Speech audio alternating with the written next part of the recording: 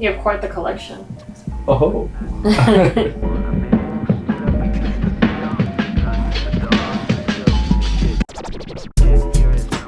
All right, Ben Buck, tell us who you are and what you do.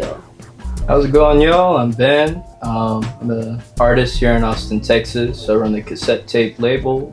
I perform hip-hop music, DJ, beatbox, produce, organize events. Been pivoting into video editing and home video digitization, all kinds of obsolete media.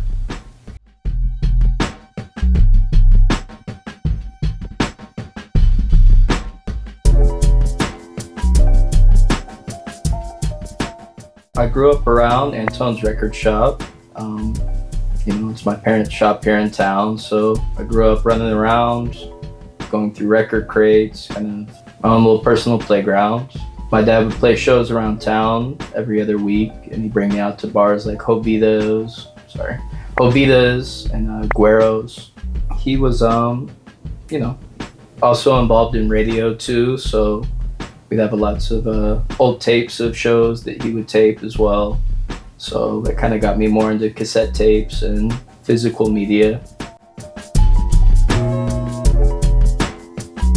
My first kind of musical endeavor was learning how to beatbox. I started beatboxing when I was about 12 or 13. Beatboxing kind of gravitated more whenever I started getting into hip hop. I would beatbox for ciphers, kids rapping at the lunch table, like middle school, high school. My stepsister showed me, more in-depth hip hop. I knew whatever was on the radio when I was a kid. Like, oh, fuck that shit.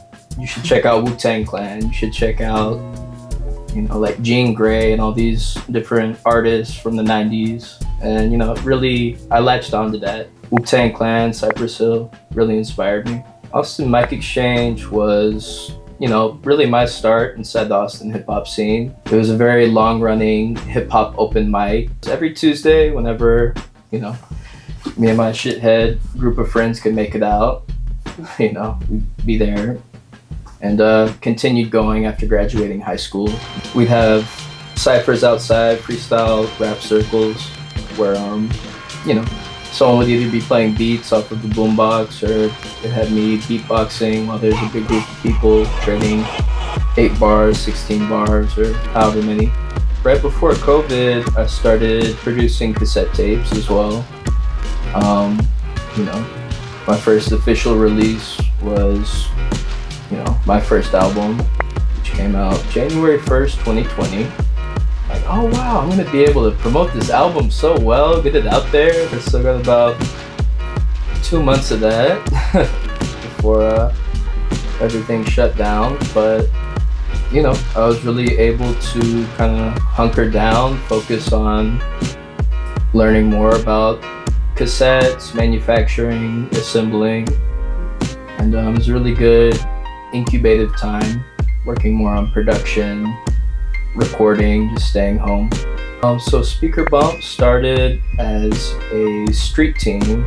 So, I used to, have a little side hustle where I'd have all my friends come out, put up posters. I think I'd get like 10 to 25 cents per poster I'd staple to a wall. So, like, all right, we can split it. I got this huge stack. Y'all hit West Campus. I'll go hit Lamar, go hit all the juice lands around town. And that inspired me to kind of organize more, work on show promotions, hosting events, and eventually it all came together as being able to put out music for artists inside of a physical medium, and just giving people the opportunity to hold their music. I think one of the coolest projects I've been able to put out was a tape for Static Selecta. Really great, notable hip-hop producer for the past 20 plus years. Just amazing producer out of Massachusetts. Talk about writing songs for you and putting your album together. What's that process like? So I usually just go sit in my car, blast the AC, turn on some beats in Google Drive, Yeah, I probably wrote 90% of everything inside my car. I mean, honestly, I've been kind of taking a bit of a step back too. You know, I love performing, I love actually rapping, but I've been pivoting a bit more into beat production, working on videos, cassette duplication. If you really are passionate about music and want to pursue it, you gotta practice a lot, devote a lot of time to it, and really find a balance that works for you. And some days you'll feel less creative than others, but just if you love it, keep pushing forth. I'm always trying to find different avenues to work inside of the creative field. So from making cassette tapes, eventually I got into like analog camcorders, VHS camcorders, taking classes at the ACC for TV field production. I'm like, oh wow, this is how they shot all these skate videos. This is awesome. So I started collecting camcorders, filming shows, digitizing VHS tapes. How did you go from attending ACC to now teaching at ACC? and what's ACC? Tell everyone what ACC is. Yeah, Austin Community College, the best community college ever. I really love Austin Community College. My mom has been teaching there since the 80s, so days that I would be sick, she'd take me in to sit with her in her office. I was like, when I get a babysitter, come to Rio Grande campus. And after I graduated, got my associates, sound certificates, audio engineering certificates. I was like, hey, I'm really broke. Can I work for y'all? So they got me working in the studio department. Students would come by, check out microphones and studio time to finish their projects for audio engineering. I continue to get more and more in depth in my knowledge of audio engineering. Yeah, it just evolved towards me pitching a curriculum to ACC saying, I see y'all have a course called Electronic Music Performance. That's a pretty ambiguous thing. You think we can kind of, narrow this down to maybe DJing? And yeah, they liked the idea. I'm teaching one-on-one lessons. Maybe in the future we'll have a full classroom as well.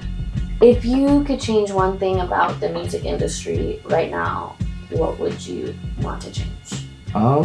I'd like to, if I could see a change, kind of a pivot, a pivot away from not owning your own music collection. It really doesn't feel like you own anything these days with kind of streaming. Everything is out in the world somewhere, and I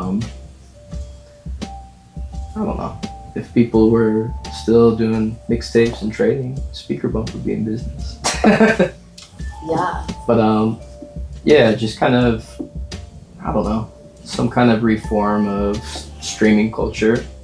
I mean, I think it's great to be able to access anything you'd ever want to hear at the touch of your fingers, but I don't know, making it better, making it so people can make a living off of their artwork besides just touring their music or placements or stuff like that. What does being unfiltered mean to you as an artist? I'd say being unfiltered is just living your true self, not trying to conform to any pressures to be a different version of yourself. Living your truth, creating what you want to create, and putting it out into the world. Peace.